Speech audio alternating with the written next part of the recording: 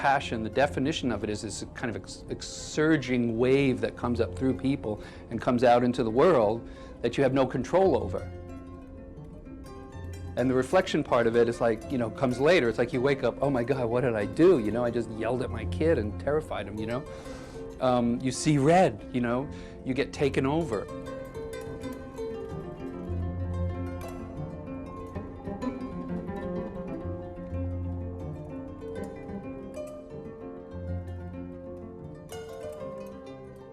The Passion series kind of evolved, I think, gradually. What opened me up was the connection to people through what the old masters were doing. It's about the depth that's within people.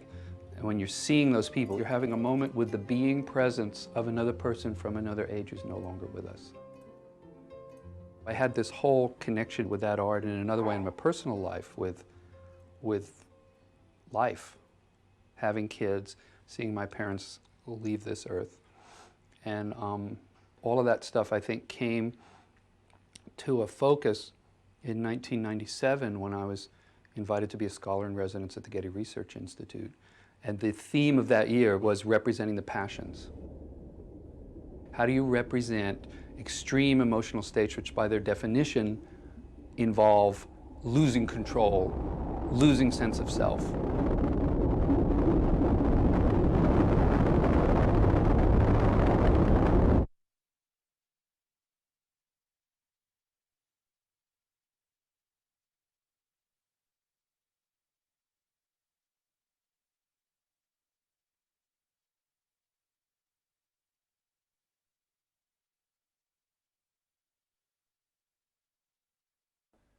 When I was a scholar in residence at the Getty in 1998, one of the paintings that I looked at more than any was a work by Dierik Bouts, the Northern European artist in the 15th century. This was painted in the early 1450s.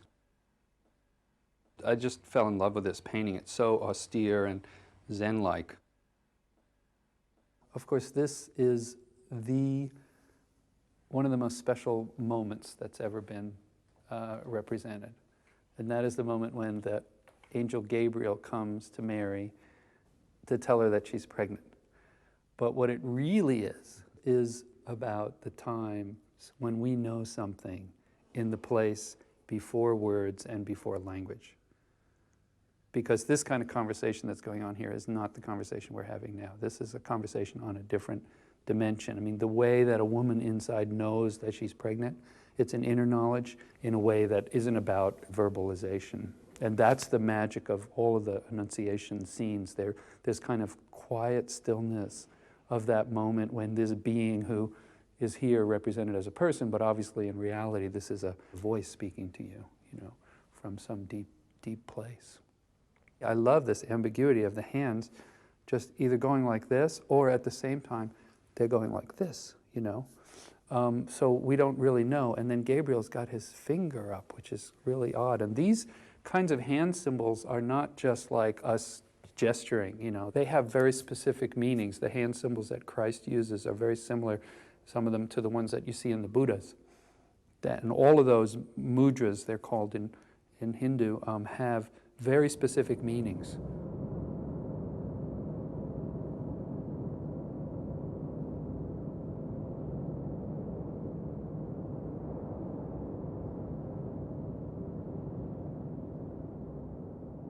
The piece that I'm making for the Getty was inspired by this painting by Masolino, who worked with Masaccio in the very beginnings of the Italian Renaissance. It's a fresco, it's a Pietà, and what's going on here is Mary and St. John are placing Christ in the tomb. I was excited by it, and I even sketched it, which I don't do that often. And then, you know, you put it away, and you don't think about it. That's absolutely key, because it does not interest me whatsoever to restage historically any of these kind of images. That doesn't interest me at all. What interests me at all is what happens when these images go in to us and sort of live in there and transform and grow into other kinds of things. 6, 7, 8, 9, 10. what I saw in my mind was this man rising up out of the water, young man, and as he's rising up, the water's overflowing over the top of this cistern or well or whatever. And he comes out, and there's two women on either side of him who are shocked and surprised and emotionally overcome with the appearance of this young man.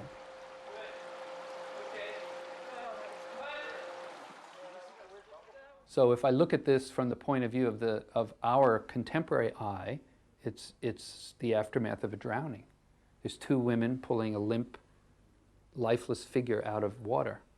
If I look at it from with the inner eye, what I see is a birth of water overflowing and a young man who's practically naked being taken out by women, almost in the function of midwives, of bringing a being into the world. And I don't want to specify that image and lock it in. For me, images have their life because they're untethered and free-floating, and that's where I want them to be. So I've probably said too much already.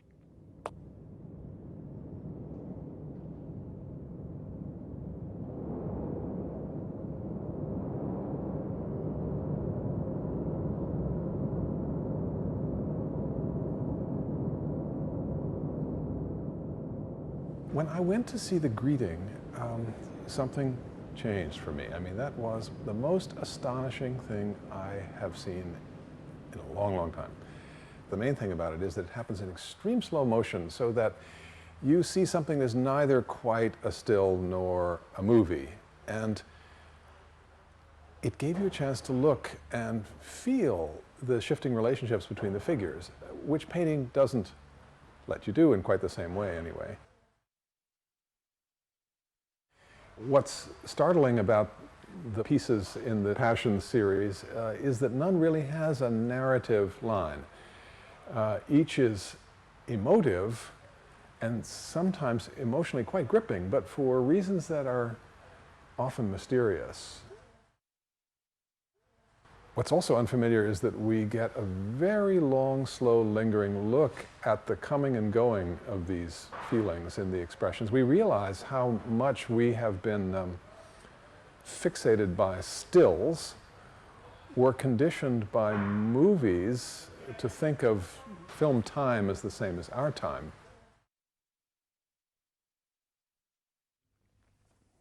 Well, this is another one I used to look at a lot, The Dream of Pope Sergius.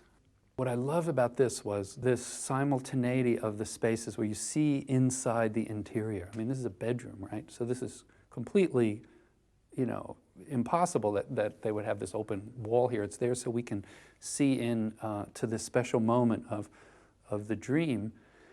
And then here he is again out here. He's simultaneously existing with himself in two places at once in the landscape, yet this is not a separate panel or image.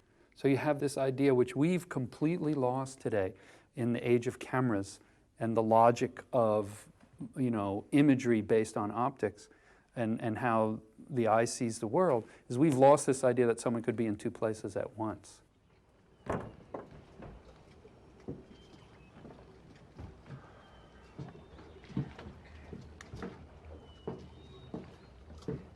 It's been interesting for me in my work being influenced by this kind of sense of space and simultaneity instead of sequentiality. Like I'll lock down the camera and I won't move the camera and I'll just keep recording. So instead of, okay, John talks, we get you, and then you move the camera over here and then Bill talks. And then we have this kind of, and then we come back here and we shoot us together with the painting and we're both talking. And then in the editing room, they will cut those things together in a language that is so obvious and familiar to people, they don't even see it as a language. It's a way of structuring space and time. But when you keep the camera still, you're in this kind of space where time is unfolding as a continuous process.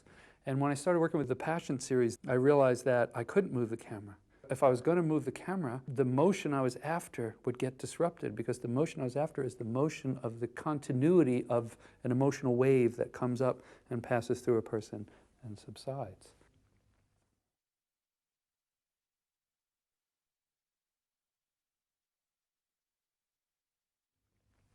Hey, there's another one up there with, I was just looking at this behind you. Storyboard. There's the storyboard. Here we go. So Hollywood producers, take note. In the early 14th century, here was a pitch to studio executives for a new movie, St. Catherine of Alexandria, okay? And they had all the scenes worked out. In this image, you see the storyboard, you see the time, the chronological, sequential story of the life thing, which is what all movies are based on. Our culture only sees this. We only exist with this, and we know that really intimately, but we don't know this in terms of images. What this central image really represents, it's both the sum total of all of these events that make a person who they are, but it's also at the same time it transcends those things. It's the way for me, for example, that I have my mother and father with me right now. They were showing the invisible presences that we keep with us, that exists outside of time and outside of optics and outside of the laws of physics. Bill is interested in his Christian background, you might say, and interested in that tradition.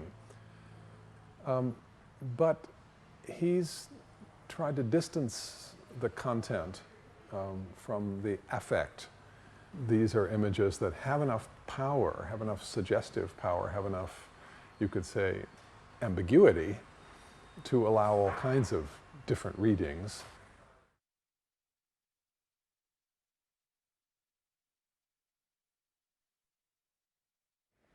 The Christians do not own the resurrection. They don't own the crucifixion. These are elements of human life, human existence, that have been, utilized by all great traditions on the planet since the beginning of time. Those elemental forms have been hardwired into the system. That's in our operating system. You don't get rid of that stuff. You can bury it. You can change it, give it another name and forget about it.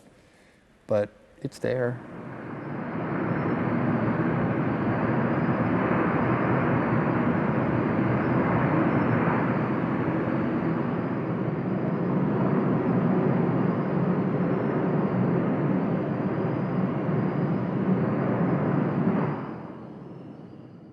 The beauty of that is that you can put an image out of a guy floating up out of the water, or a figure floundering in water, or a man burning, bursting into flames.